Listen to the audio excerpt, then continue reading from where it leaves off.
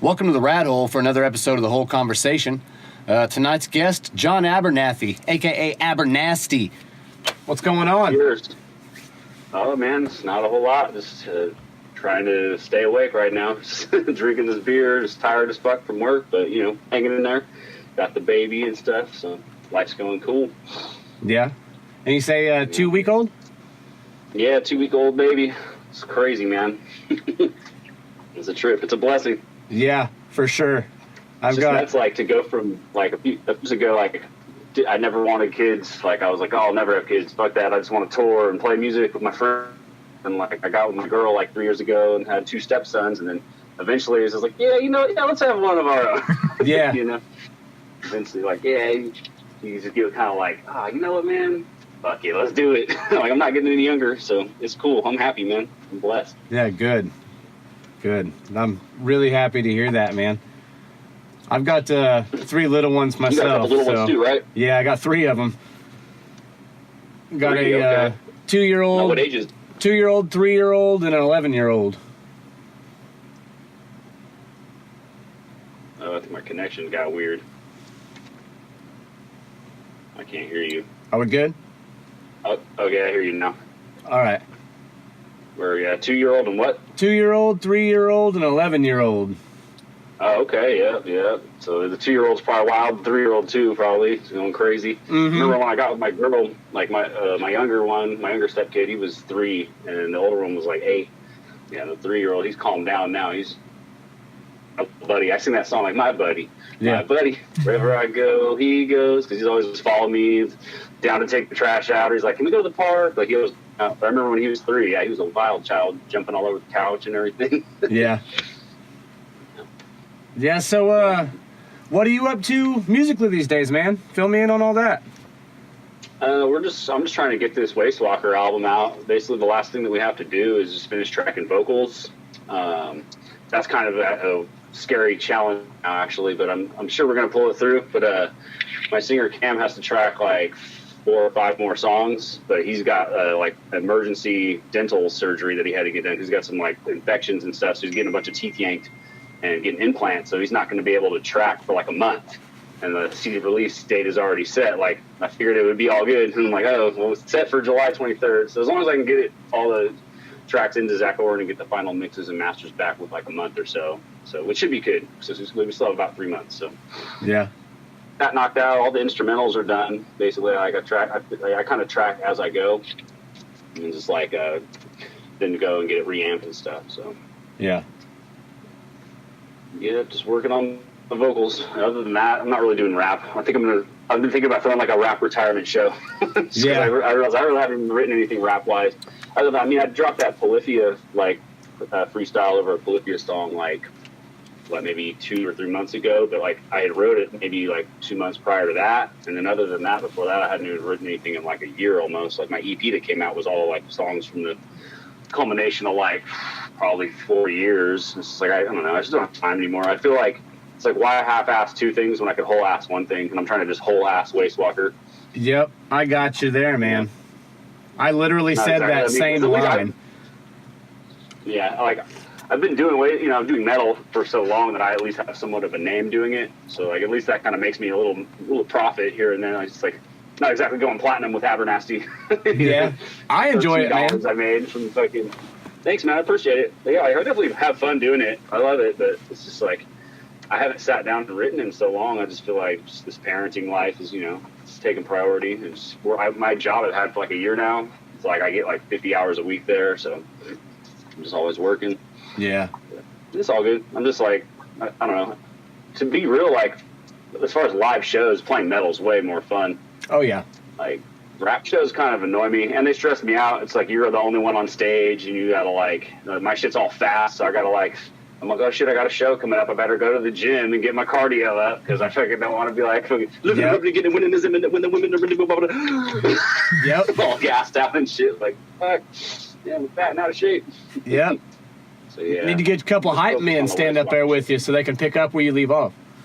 For real, though, I can't get anyone. I was trying to get my buddy Ricky Trigga for a day. He's a bass player in Lionheart, and he sung a couple of hooks for me and stuff back in the day, but he always kind of like flaked out on it. Like, So I don't know. He's just whatever. He's always got his other shit going on. He's got his production company and stuff. So he's just busy. So I don't know. For a minute there, though, when he started, like that was maybe 5 years ago, he would like sing a couple hooks here and there. He's got a cool singing voice. So I was like, man, there you go. Like I need my Chris Calico to my Tech 9-ness, you know what I'm saying? But Yeah. I don't know. It's never panned out. And then I got a couple other rapper homies around town that might be like willing to do it, like maybe my homie Riot Craig or something. But I don't know. It's just, I'm just kind of over it. I mean, I am, but I'm not. Like, I still am doing some cool stuff with the rap. Like, I actually just recorded a second guitar solo for Twisted Insane. I did the song Lucifer. I did the guitar solo on that. And he just hit me up the other day. This other dude, Jason Omega Sin, he hit me up for one. So it's kind of cool. It's like maybe I'll just get known as like the metal guitar solo guy that does all the rap shit. Yeah. I mean, you need a solo on your rap track? Just hit up Abernathy. Like, can I rap on it too? Let me get a rap piece. Yeah, let me get a verse. They're like, no, just solo. They're like, no, you're whack, dude. Just play guitar. I'm like, oh, man. You start sneaking them in. Right? It's all like, you hear like, living ripping, getting women. You're like, whoa, was those syllables? Was he just rapping in the middle of a sweep pick arpeggio? Yeah. He's like sweeping, and then I'll be busting with it. Wait, hold on, hang on. Hold up. If you could make that work somehow to keep everything like on the same, like flow as you're doing that would be pretty dope. Yeah, now that I'm thinking of it, like that would actually be like super unique. Holy shit, did we just accidentally come up with like a cool idea? I'm like, you know what? I'm inspired again. I'm going to work on some rap now. Yep. Sorry, I got to go. Yeah, I think that's my biggest problem is it's like hard finding inspiration. Like every song on the new Wastewalker album, like lyrically, because I write the lyrics for the most part, like it had a cool like inspiration to it or something. And then like same with my rap, I don't like to write. I have some tracks, of course, where you just got to like flex your lyrical, lyrical miracle spiritual shit. But I try to like make shit about stuff for the most part. Yeah. Yeah. Is that light behind me bugging you? Every once in a while it takes you out just a little bit, but it's not bugging me. Okay. I'm gonna dim it for a second real quick. Hang on. Ooh, he's dimming the lights. Setting the mood. Probably a little bit better. All right, cool. I just realized I just saw my head in the little top right corner on the phone screen. I'm like, oh, it's just like fucking silhouette, fucking the lighting and shit. It's making you look real epic as you're talking. I know, right? It's like, oh, the second coming of Abernathy. Yeah, we just come up with this new idea. The light bulb went off, and now it's just like, ding. I know. Literally, like if I move my head in the screen, I can see it's like, wait, what if I did put syllables while I was shredding arpeggios? Ding. That's hilarious. well, shit. Something I find for like as I've gotten older, man, is because I've been doing it for so long. Like I've been doing a lot of like rap stuff and metal stuff, and I do a lot of writing all the lyrics and the guitar and things like that. I just feel like I'm regurgitating stuff now, and even though it's old and regurgitated to me, it's still new to somebody, so I still keep doing it. Like it's really hard to keep going and like impress yourself, I guess, satisfy yourself. Absolutely, yeah. I feel like throughout all the years through doing Conducting from the Grave and doing With Passion and then now doing Wastewalker, and like I just eventually you're like, man, did I already write this riff? It's like you don't want to become like Slayer, you know what I mean? Yeah. Like oh, dude, Slayer is just like every album has like riffs that sound like riffs from the older albums. Where you're like, oh, that's kind of that's Slayer. Yeah. So, yeah. I start to feel like you might have ran out of stuff to say or stuff. Yep. You know? I just feel like I'm repeating myself, or the same thing. Like I'll be like, man, that riff just sounds way too similar. Like even though it's like on a completely different scale or something, just like the pattern and the tempo of it and stuff. I'm just like, nope, too similar, and I throw it out automatically. Yeah, and it's just I just feel like I'm spinning tires after so long because it's been like 18 years or so I've been doing stuff like this. So now I just feel like I'm burnt out. Like I hit 30 and I'm like shit. I know, yeah. I'm going to be 34 this year, and it's just like, holy shit. And then you just hear all these crazy bands coming out, like Equipoise or Equipios or whatever, how the fuck you pronounce it. Yeah. Like Beyond Creation, all these bands where I'm just like, damn, I suck. I hear that shit, and I'm like, holy shit. But I'm inspired at the same time. Like, I need to step my game up. What's good with Wastewalker is, like, my other guitar player, Nate, he's kind of more like a fine detail guy. Because I'll like, kind of make the skeleton of the song, like, the main structure of it. And I'm like, I'll like present a demo, and a lot of times he'll call me on like that type of shit where it's like, dude, that's kind of generic. You could write a better riff than that, or like, what if we spice that up? And I'm like, dude, you're absolutely right. Like, Yeah. like you can't be thin-skinned around Nate because I'll just be very blunt. That's like, good no, to dude, have that's that. like, yeah, you definitely need that. You know. And then my drummer too. He's been very helpful this time around because like the first Wastewalker album, we didn't really. Me and Nate pretty much wrote it all on computer. Then we got Justin on board on drums after the fact.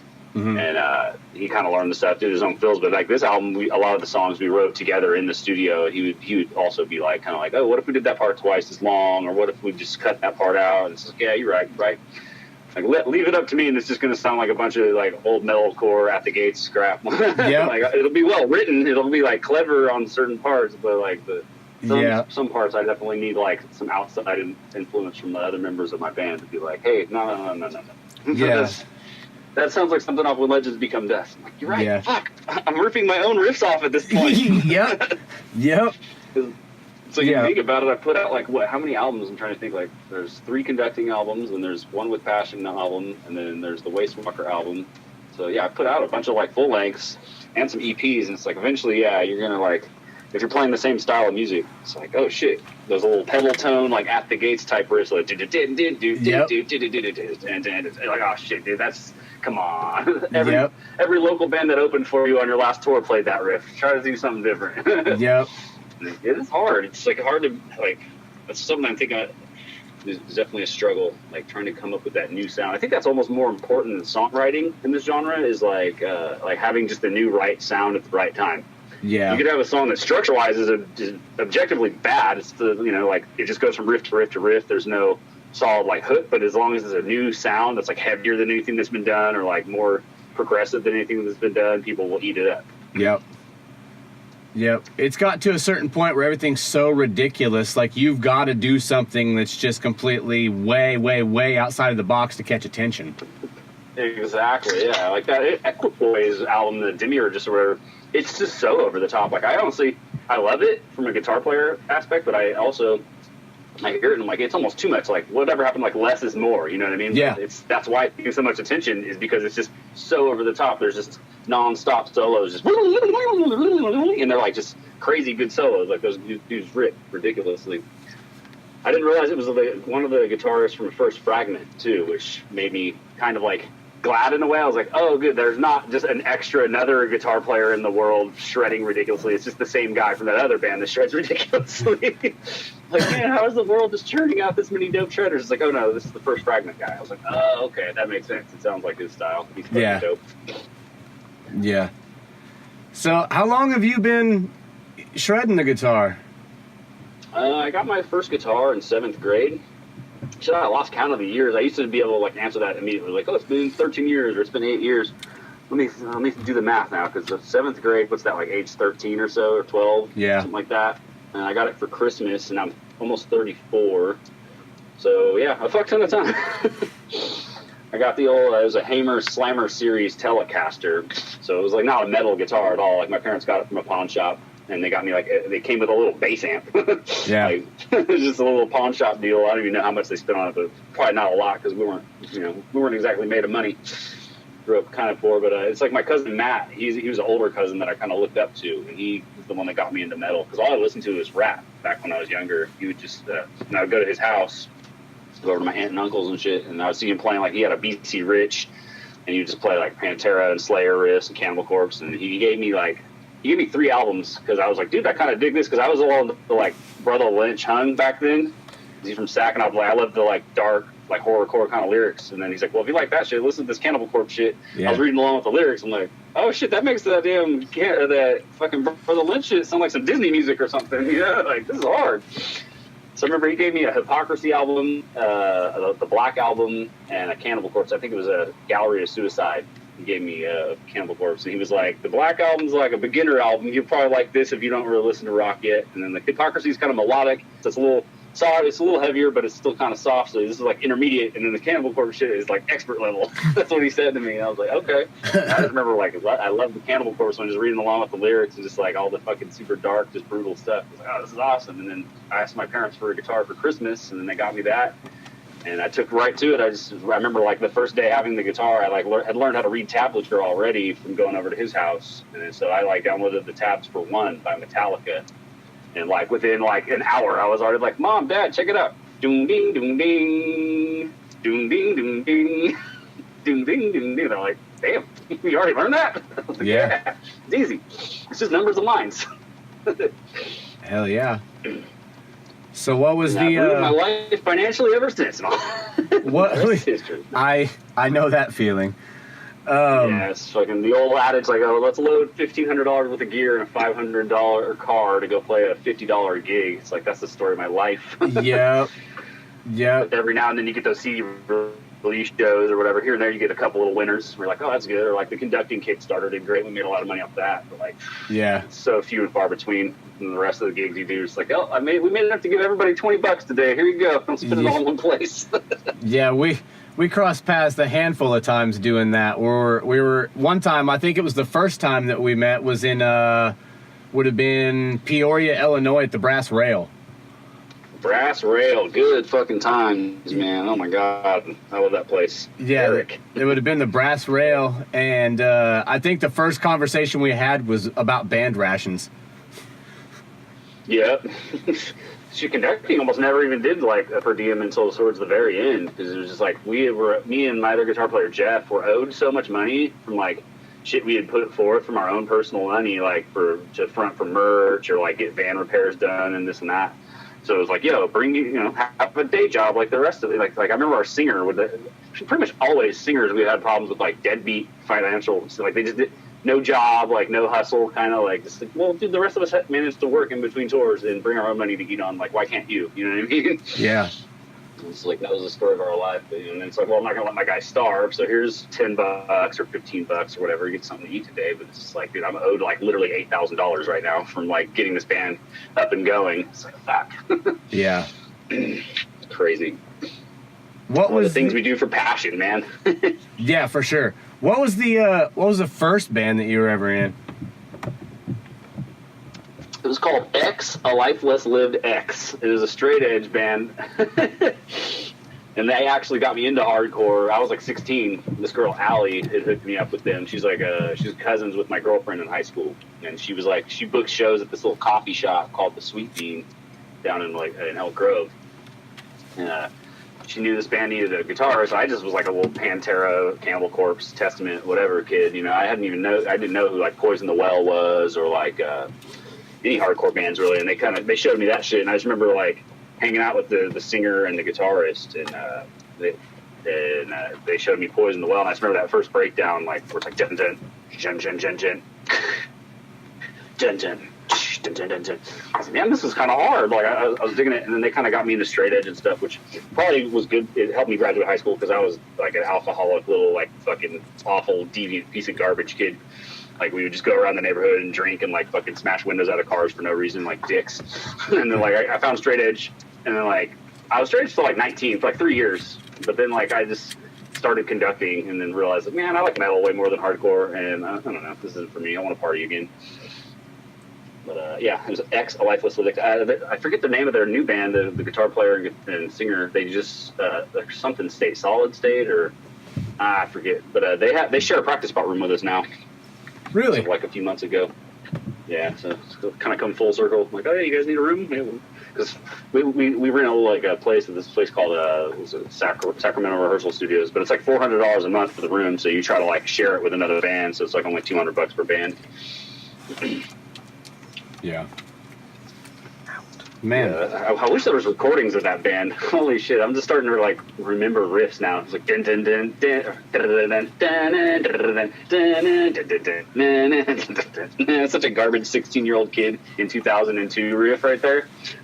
Here. Let me grab my guitar. This is literally a riff from that. Oh my god! So speaking of like riffs that you're like, wow, this is recycled poop. I just remember it was like.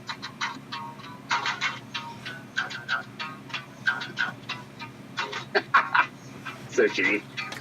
I think everybody has that riff. Yeah, that riff has been written by every. It's like literally a riff already for like every band. It's so funny, like this early metalcore back in like 01, 02. It's like As I Lay Dying was just coming out. And like, fucking hey, dude, that's so funny. I wish we had recorded. I don't think we ever hit the studio actually. That's crazy. Another funny story. Speaking of like hitting the studio, it was like I remember like my senior project in high school was supposed to be to like record a CD with my band, but that band ended up breaking up.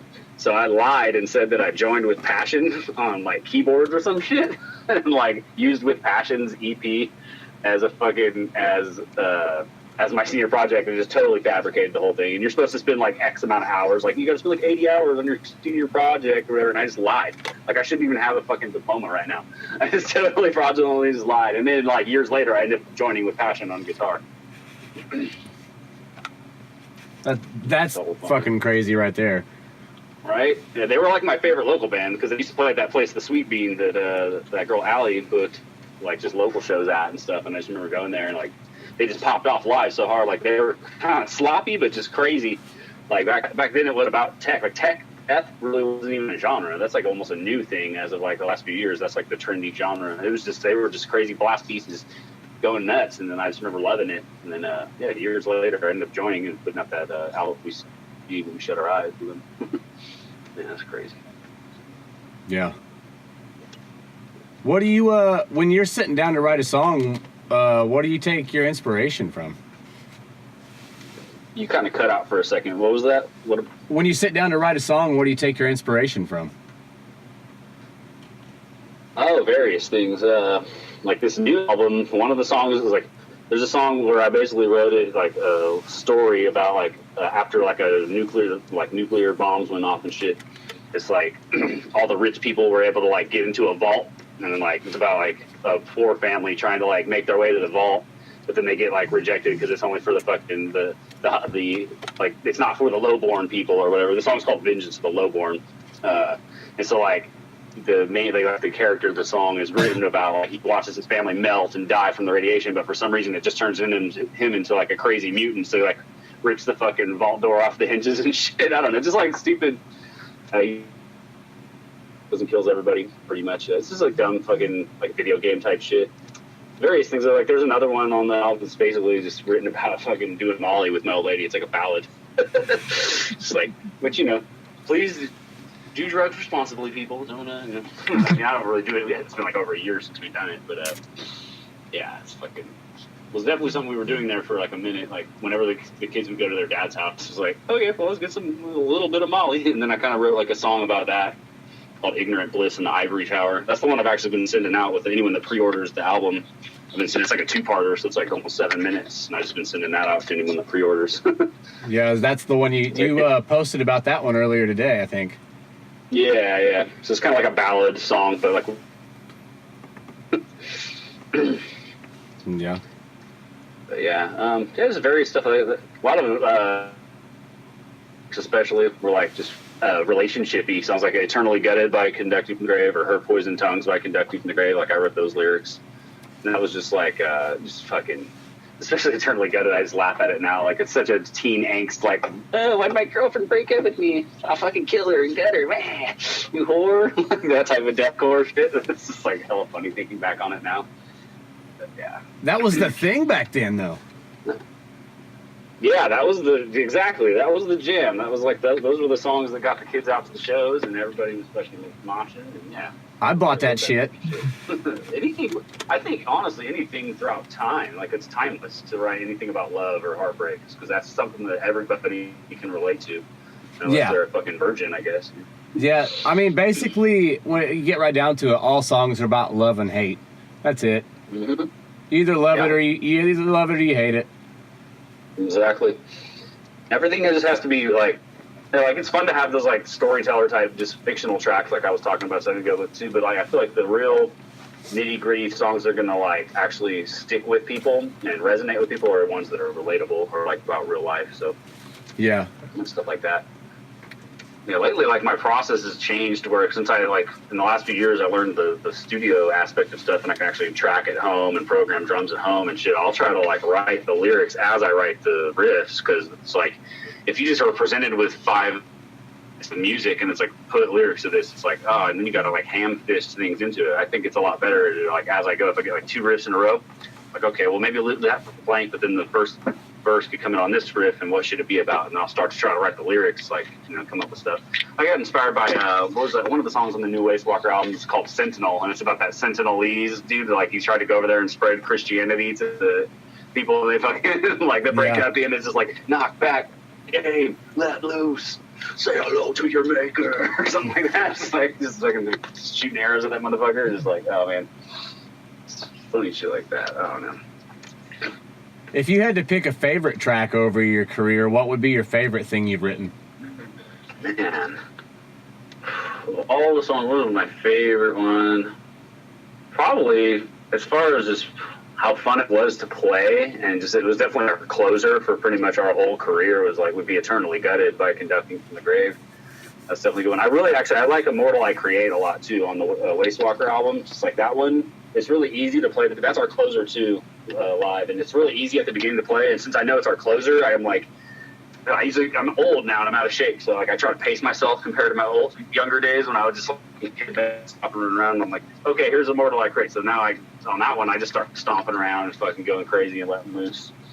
Yeah, but it's kind of like that song too. Just meant a lot to me lyrically. It's kind of about Conducting from the Grave breaking up, and just how well, you know, you put your heart and soul into something for so long, and for people to just want to go separate ways, and it's like, well, nah, fuck that. I'm gonna keep doing this shit. You know what I mean? So yeah, dude. When I come home from a long day of work, and I got on Facebook and I saw that Conducting was over with, and it broke my fucking heart. And I was just like, man, I can't even imagine what you guys, like, what you felt like. Oh, man, yeah. There's like real tears shed, to be real. Like, it's just everyone kind of like, it's like Mikey quit. And like, I was just like, well, fuck, I don't want to get like another singer. Then we had Drew come back, our original singer, who I fucking loved. Like, that guy's great.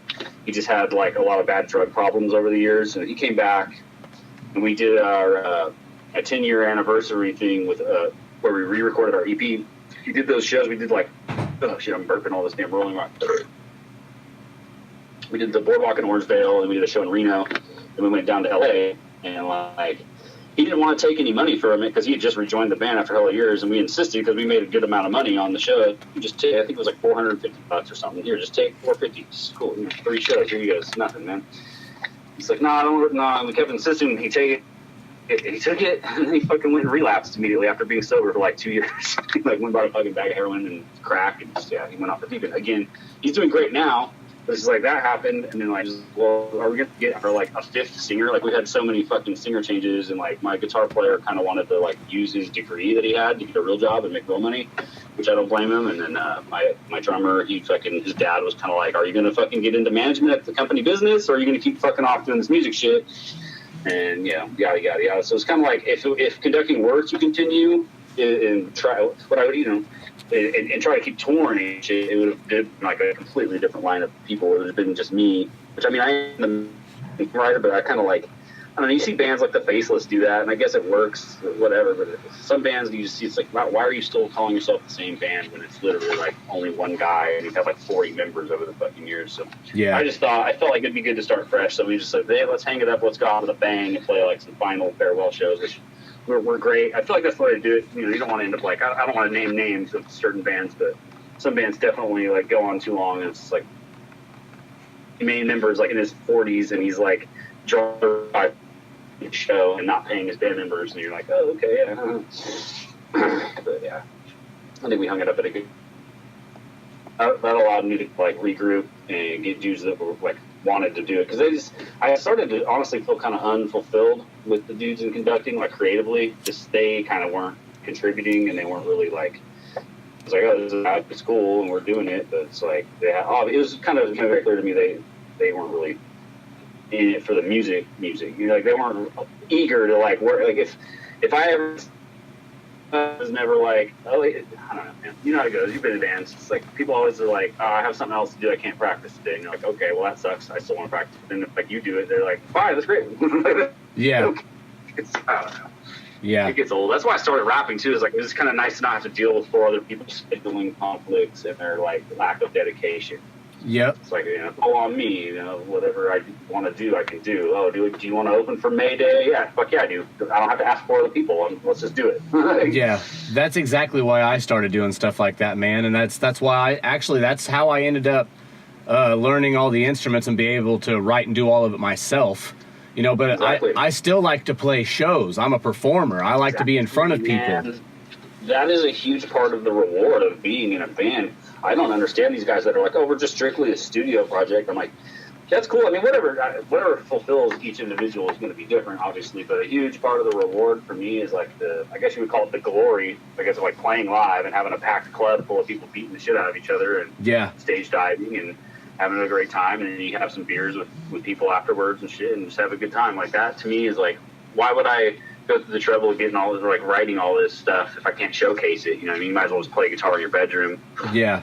And I mean, like, that's why when I tried to make it out, like, after I first met you guys, like, I'd already been following you and stuff anyway, but I met you guys, we got to open for you guys, and then hang out with you guys, like, all day waiting and afterwards. And, like, I tried to just keep coming back and keep going with those experiences and stuff because I wanted you guys to know that it was more about, stuff like that. And, like, I really appreciated all of it, instead of just me coming to hit some people at your show. Like, I remember all of it. Yeah, just hanging out. Man, the brass rail, those were some good times. I wish every club owner could be like Derek. Oh, yeah, for sure, dude. Like, I could... There's dreams for the fucking bands all night. I mean, I don't know how good of a business model that is, especially if you got fucking Conducting from the Grave coming through or a bunch of alcoholics. But damn, we're going to drink your bar out of business, bro, but okay. Yeah. Every time we showed up, he always made sure to have a bunch of PBR for the Dal and I guys. Yep. Good times, man. But yeah, that's... I see you got you have the same setup that I used to have at my ex's house as far as soundproofing. You got the mover blanket hung up. Yeah. It works. Yeah. It fucking works. I used to work for a moving company. That was like the job I did the most for the touring years. Because like the boss that I worked for would let me tour and come back and put me right back to work. But it was fucking brutal, dude. Like I would commute fucking an hour and a half with him. Like I'd meet up with him at 5 a.m. in like Roseville, which is like a suburb north of Sacramento. And then we would commute to the Bay Area, like south of Oakland. It's like an hour and a half in the morning, but like 3 hours sometimes on the way home. And after like moving furniture for like 12 hours all day. It's like, fuck this. God damn. No, I ended up getting those because like before I was doing that. If we if you buy them as acoustic blankets, they cost so much more. You get the moving blankets and they're like they're the same thing. Yeah, they're the exact same thing and they cost like $4 a piece. Yeah, that's funny. I didn't even know that they marketed them as acoustic blankets. That's fucking hilarious. Yeah, and they mark it up. I just figured, that's so funny. Wow. Good old capitalism right there. Like, hey, we're just going to take the same thing and we're just going to call it something different. And then amateur audio engineers are going to just fucking think, oh, I need these acoustic blankets. Like, no, dude, go to fucking like Walmart.com. Moving company. Yeah, Walmart, whatever. Just get mover pads. There you go. That's what I did. I ordered a box of the acoustic blankets, and then I ordered a box of the moving blankets, and they showed up, and they were the same thing. And I was like, oh, shit. Literally the same thing. Yep. Oh, man. Same company makes them. Yeah, that's funny. But yeah, that's but crazy shit like that always gets me. Like I'm always taking the shortcuts because I'm not exactly made of money either. But I like to be able to do everything myself, and I like to keep perfecting everything and working on stuff. So I upgrade as much as possible. But I moved into a new house and built a new studio space and stuff. So I just need to get bare bones up before I could get more stuff rolling. Yep. That's what's up. It's all about the DIY stuff, in my opinion. This day and age is like, it's so cheap to get a DAW and to get an interface and just to get even some monitors. It's like if you have $1,000 or less, you can get a home studio setup and have enough shit. Just pirate the plugins if you have to. Fuck it. I mean, everyone else is, but like at least like I'm lucky. I got like a Superior Drummer or Tune Track or whatever. They endorsed me, so they gave me free Tune Track or free Superior Drummer. Yeah. But, for the most part, you can just get. Maybe you get a microphone and an interface, a DAW, Pro Tools, Cubase, whatever. Like it's really for around $1,000, you could at least track vocals and guitars, and then like maybe live drums. You have to go to another studio or something. But Yeah. like, that's kind of what we're doing. Like all the you get like the demo that we have out now is like programmed drums, and it's a rough mix. But we're gonna go to Zach Oren in May, and he's gonna, my drummer Justin's gonna record the real drums, and it's gonna sound way better. He's gonna reamp all the shit. It's the way to go. Because I mean, shit, the budget we had for the conducting records from Sumerian was like $5 or $6 grand. I think it was $5 grand, but we went over by $1 grand on each one for studio time to actually track everything with Zach Oren. But it's like, that sucks. You're paying $45 an hour to go, fuck, I fucked it.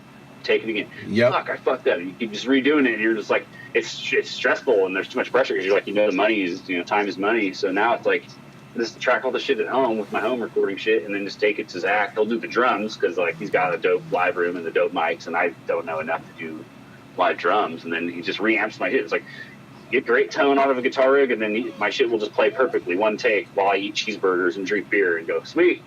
Next song.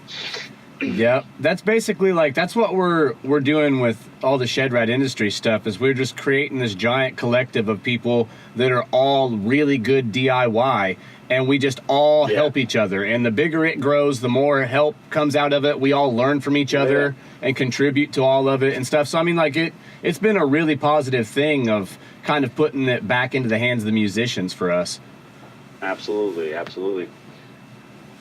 Hell yeah, dude. I dig it. So, when did you say that you're going to be dropping the Wastewalker stuff? It's going to come out July 23rd. CD release shows July 26th at Holy Diver here in Sacramento. So Hell yeah. hoping that goes well. I'm hoping it goes well. Yeah. Got a baby to feed, so I do love doing music, but it's like the CD release shows and like farewell shows. Those are like the only shows you ever make money on. Other than that, it's like, you want to open for revocation and sell pre-sale tickets and get $2 a ticket, and then everyone gets fucking $10 at the end of the show. Cool. Yeah. Like, that's tight. That's kind of the way it goes. Is like the touring bands obviously get the lion's share. Yeah. So I'm hoping that it goes well. I'm trying to promote it as best I can. I got a bunch of posters and shit, like, but I haven't even had time to go put them up. I went and ordered these. Like, this is the first thing I ordered as soon as I got the artwork. I got these posters, and they're just sitting here for like 3 or 4 weeks now. I'm like, I got to go around town and actually post them up to like the record shops, and like I usually when because I'm acting as promoter, like renting out the venue basically for a flat rate, because I feel like that's just way more the way to go. Otherwise, these venues they'll fuck you over. Yeah. Not necessarily fuck you over, but you just won't make as much as you could make. So yeah.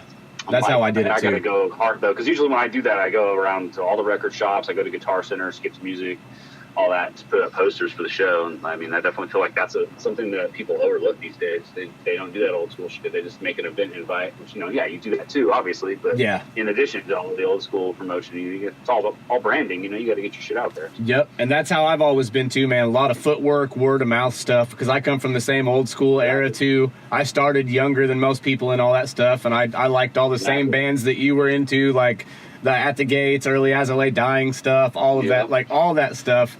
I come from that, give a dude a high five, hand him a flyer, and keep on moving, or stop and talk, get out there. Like, we used to take trips to cities and put up flyers, like we'd drive 3 hours away and walk around and hang up flyers and talk to people, and then come back home, the weekend before show. I mean, it's all about that personal connection too. To like when you like actually hand a flyer to somebody and actually talk to them and stuff, like they're gonna remember that. Oh, hey, say what's up with my step kid Luke here. Hey, what's up, buddy? How was school?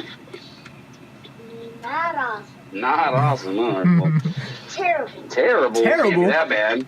When do you go to work? It's a lot. Oh, a lot like work? Okay. Did you go for 10 hours a day and 12 hours a day before, 12 hours a day before that? That would be more than a day. Yeah, I know. That's like your half your whole day. What do you go for? You only go for like 3 or 4 hours, too, because you started at 11. Couldn't be that bad. Okay. 1 hour is wrong. 4 hours or 3 hours? Heck along. 15 hours? Mm-hmm. Oh, no. You know something new about me? I got new shoes. You got some new shoes, right on, buddy. Oh, I got some new kicks. Hey, I like my new shoes. You got some new kicks, oh. That's what's up. Yeah. Wait, did you say follow? Oh, yeah, these are kind of like mine a little bit. Huh? They got the canvas, like they're almost like flippers, kind of like comfortable running really shoes. good. Right on, yeah. Comfy, huh? That's what I do for my day job is play with shoes all day. Maybe don't. Oh, nice. Nice. Here, let me take that.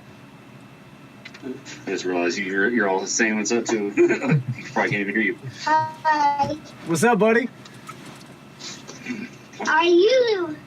I'm doing a podcast right now. He's recording, interviewing me for my band and stuff. Yep. You gonna be famous, man. Yep. No. Yeah, this is definitely the highlight of the podcast. Yep. This is No one good. wants to hear people. Yeah. Cause No one wants to hear about my dumb band. They just want to hear about kid stuff. Like, here's proof that that's positive. Like, I post stuff about the band and it gets like 200 likes. I post a picture of my baby, 400, 500 likes. I'm like, people don't want me to make music. They want me to make people. Yep. Hey, John, can we look at the pool? Nah, not to. It's closed still. No, nigga. Is there people swimming there? Well, it's too late for everyone because it's already, like, what time is it?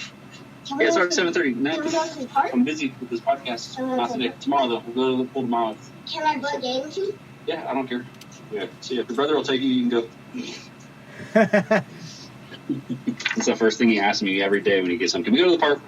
Or now, since I guess the pool's open. He goes, yeah, because it's already like 90 freaking degrees out here. Yeah. Even though it's only in April still. Oh, my God. That's what we get as soon as I get the kids home. Both of the girls want to go outside and they want to do all that stuff. And then my son, once the pool opens in the summertime, he is at the pool all day, every day. He pretty much lives with my parents because they've got a big in-ground pool out in the country. So he just chills out there in the middle of nowhere in a pool. Nice. Yeah, good times, good times. That's what blew my mind, like, as far as how fast they grow, was from last year, last summer, and the summer prior, like, the little one, the Luke that was just talking, like, he wouldn't even get off the bottom step at the pool in our apartment complex. Like, he was too afraid, like, because his head wouldn't keep above it, and then a year later, he could stand flat-footed on the bottom of the pool, and his head was above the water. I'm like, damn, you grew that much in 1 year. It's crazy. Yep. Like, my singer brought his little 3-year-old, my singer Cam brought his 3-year-old kid Harper over the other day. And I'm like, the size difference between him and that kid Luke, I was like, Jesus, you were that size when I got with your mom. Like, you were that small. Like, Yep. You're twice his size. It's crazy how fast they grow. Yep. I have stuff pop up in my timeline on Facebook and stuff, and I'm like, man, two years ago, and they were like, you were like this big, and now you're Yeah, man. this big. Like, you're talking and Yeah, it's nuts, man. I love it. yeah. And they just grow so fast. I know it's a cliche thing to say, but it's like time is just flying by. Now that I'm really in the thick of it too, like it just didn't seem real while my lady was pregnant. Like, damn, I'm gonna be like a dad for real, like not stepkid shit, but like for real a dad. And then like right when he came out, it was like, oh shit, you do get overcome with all that instinctual shit and all the emotions and everything. It's just it's real, man, and it's amazing. Yep. Gives you a whole new reason to hustle, man. Yep, for sure. I was in a similar situation because my son, he's not biologically mine, but I've raised him. He's 11 and I've been there for 10 years, and he still lives with me. Like me and his mom aren't together anymore. He still comes and lives with me because I'm his dad. And then my ex-wife and I had a daughter together, and then now my girlfriend and I are raising a daughter together, and she's 2 now, just turned 2, and I've been daddy since she was 4 months old. So we've got a hers, mine, and yours, and we're gonna have an ours sometime soon. No, wow, yeah, it's a little split family situation, but yeah, that's like my my manager at my job. He's his wife has 2 kids of her own. He had 2 kids from a previous relationship, and then they had 3 together. I'm like, dang, dude, so you got 7 kids? Like, that's crazy. Yep, I love kids, man. If my wallet and property was as big as my heart, man, I'd have all the kiddos. That's cool, man. That's cool. Yeah, I feel it. I know I got to get a bigger place. We're in an apartment right now, so like it's fine for now. But we only have 2. You know, each of my boys have a bedroom, and then we have our bedroom, and then like my little infant baby, he's gonna need a room. Like, so he's gonna have to probably share if we don't get a place. You know, by the time he's like 1 or 2 or however old, they can still just like stay in the little bassinet and the crib in our room. You know. Yeah. Man, and his name's Damien, right? Yeah, Damien Charles Abernathy. My dad's name's Charles, so named the middle name after that. And I actually just always like that name, Damien. People have been giving us flack for it. Like, my mother-in-law hates it. Everyone's like, oh, that's the Omen baby. It's like a devil name. You know where I originally heard that name and why I liked it? It was, have you ever seen the West Memphis 3, like the Paradise Lost documentary? Yes. Damien Eccles. I just like that name from when I saw that. And, like, I dug that when I saw that documentary because I identified with, you know, like, because they're the Marilyn Manson, like, Slayer, Metallica kids, and they're, you know, that was when I was kind of transitioning from listening to, like, freaking Brother Lynch and shit to, like, listening to metal. So, yeah, I just always liked that name, Damien, versus I heard that. And honestly, my chick actually liked it, too. So we were like, yeah, let's name him Damien. I honestly would have guessed that it might have come from the guitar. Huh. Like Dimebag? Damien? I don't know. I don't know, dude. Or like I was thinking more like the Schecter Damien series. Oh, the Damien series. Oh, gotcha. That would have been my first guess. Gotcha. Yeah, no, I play Dean. Dean guitars. Mainly because they gave conducting free ones. They're not really the best, to be honest. Oh, did I lose my endorsement? They don't fucking respond to me anymore anyways. It was like 4 years ago, like, hey, can I get some more guitars this year? And like, crickets. Like your band's not a band anymore. I'm like, dude, yeah, Deans. I play them because they were free. And my bass player was a guitar workshop guy, so he could set them up good. Oh, look who's creeping in the frame. Your brother didn't want to go to the park? It's too late anyways. It's already dinner time. It's already 7:30, dude. It's time to get some dinner in you. I'll go to the park at midnight. I don't care. He's a little rapscallion when he wants to be. That's how. I gotta take a leak. That's how my girls are. Yeah.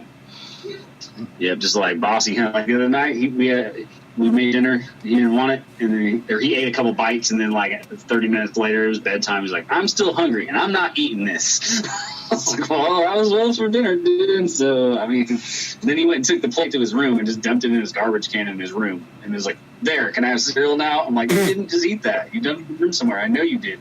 Went in there. I'm like, "You can't do this, man. What are you doing?" Yep, that's why I tell them all the time, we can't waste food. We don't have enough food for you to just be tossing 5-course meals in your trash can.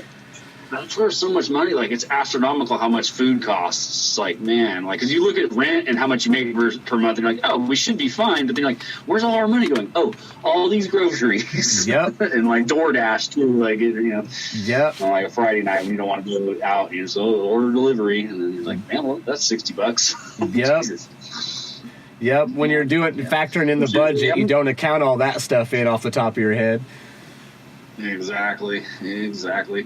Hey, man, well, I'm going to let you go because I got to take a piss, and I want to go see if my lady needs help with the baby or anything. So thank you, though, for the opportunity. I appreciate the interview and everything, man. Yeah, man. Is there anything you want to plug again real quick before you take off? Just the Wastewalker release. You know, pre-orders are available now, wastewalker.bigcartel.com. And if you just like type Wastewalker new into YouTube, you'll find a little 3-song sampler, like minute-long clips of that, of the new record. It's called Lowborn. Mm-hmm. So yeah, if you want to check that out, anyone that's listening, it would be much appreciated. So, you know, every record, we're DIY, so every album sales not like it's going to a label or nothing. It's going directly to my kids, pretty much, you know. So I'll be picking one up myself, man. Thank you, man. I appreciate it. Well, I appreciate you stopping by and taking some time to talk to me, man. I'll talk to you soon. Absolutely, man. Cheers. Have a good night. Later. Wait. Thanks for stopping by, and stay tuned for this video from the featured artist.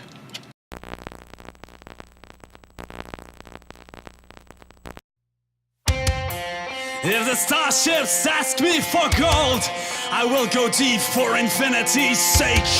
And by the time the engine shuts down, I'll be no longer awake.